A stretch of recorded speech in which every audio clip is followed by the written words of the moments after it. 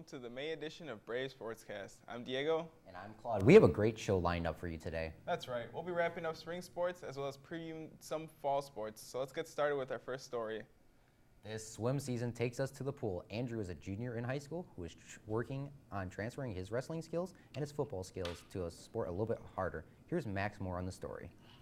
Water polo is a challenging sport by itself, but imagine trying to transition being able to breathe all you want during the wrestling season to nearly drowning during every water polo match. Andrew has been on the wrestling and football team all 3 years, and with his third season coming to a close, he decided to keep his body in shape by taking on the struggling schedule and diet of water polo. It wasn't easy because water polo is like a whole different level. It's like I'm in shape on the ground, but when I get in the pool with all these swimmers, they're all in way better shape than me in the water, and I got dusted. Football and wrestling are 2 difficult sports, but imagine trying to combine that with the diet of only chlorine. Andrew, he came out as a wrestler, didn't really know anything about water polo, and he's really adapted really well this season. He's kind of just born to be an athlete. We didn't really have a shallow end goalie.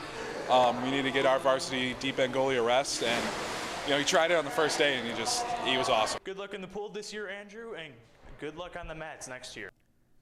Thank you, Max. And now to our next story. Some would say there's not enough time in the day to go to school and do homework and be a student athlete.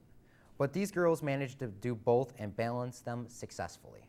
Some would say that it's hard to be a student and a student athlete when balanced out the both. But the girls' tennis team and the girls' volleyball team managed to do both and receive an IHSA award for it.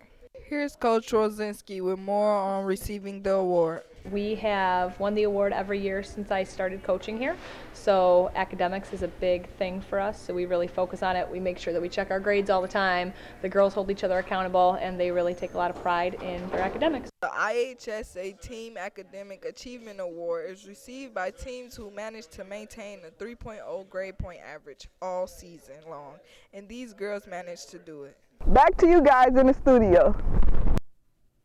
Head coach Rosinski and coach Vicky both led their teams to maintain a 3.0 GPA throughout the season and earned the award IHSA Association Team Academic Achievement Award.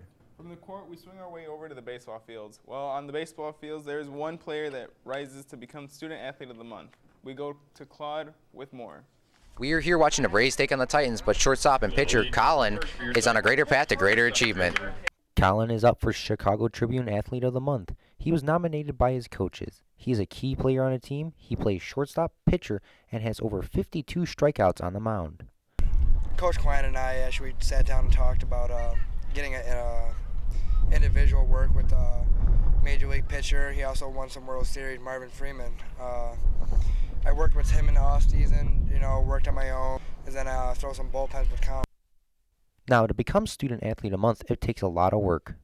Regardless of if he's Player of the Month for that, he's been our Player of the Month, on the mound, offensively. He's just been a complete player for the team, leadership, positive attitude. He's one of the big reasons why we're off to a 10-2 start. Colin is throwing hard, hitting strong, and is going to try to finish off the season with a win. Now Colin has a great chance of winning Student Athlete of the Month. For Bravescast, I'm Claude, reporting back to you guys in the studio. Thank you, Claude. Good luck, Colin, for being nominated for Student Athlete of the Month. You can catch the baseball team at their next game. Now, Diego, did you know it's crazy that half the varsity cross-country team were underclassmen, right? Yeah, isn't there usually 1 or 2 of them that could run varsity level? Yeah, usually, but this situation is not the case this year. Here's Diego with more on the story. The Forest Preserve right across the street is home to our very own cross-country course. This course, along with others, was ran by Danny, Elijah, and Bubby. Individually, my goals in the upcoming cross season are to hit a 16-minute flat or sub-16-minute 3-mile race. These 3 athletes stand out the most due to their level of athleticism as sophomores. As a team, we're hoping to get the whole top 7 on our team down to the state meet and hopefully get them all under 16:30 for a 3-mile. This is a sign of good things to come for the boys cross-country team, like time drops, the conference title, and possibly postseason accomplishments.